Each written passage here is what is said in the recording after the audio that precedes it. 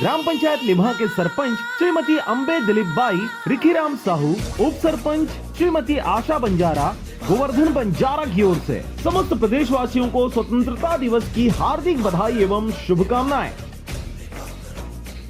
Anish water purifier sales and service की ओर से समस्त प्रदेशवासियों को स्वतंत्रता दिवस की हार्दिक बधाई एवं शुभकामनाएं।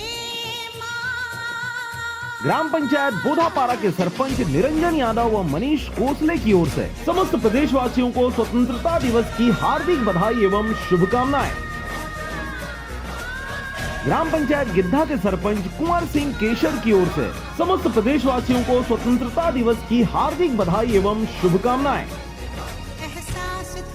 ग्राम पंचायत रोहरा खुर्द के सरपंच श्रीमती संध्या चंद्र कुमार जोगवंशी की ओर से समस्त प्रदेशवासियों को स्वतंत्रता दिवस की हार्दिक बधाई एवं शुभकामनाएं।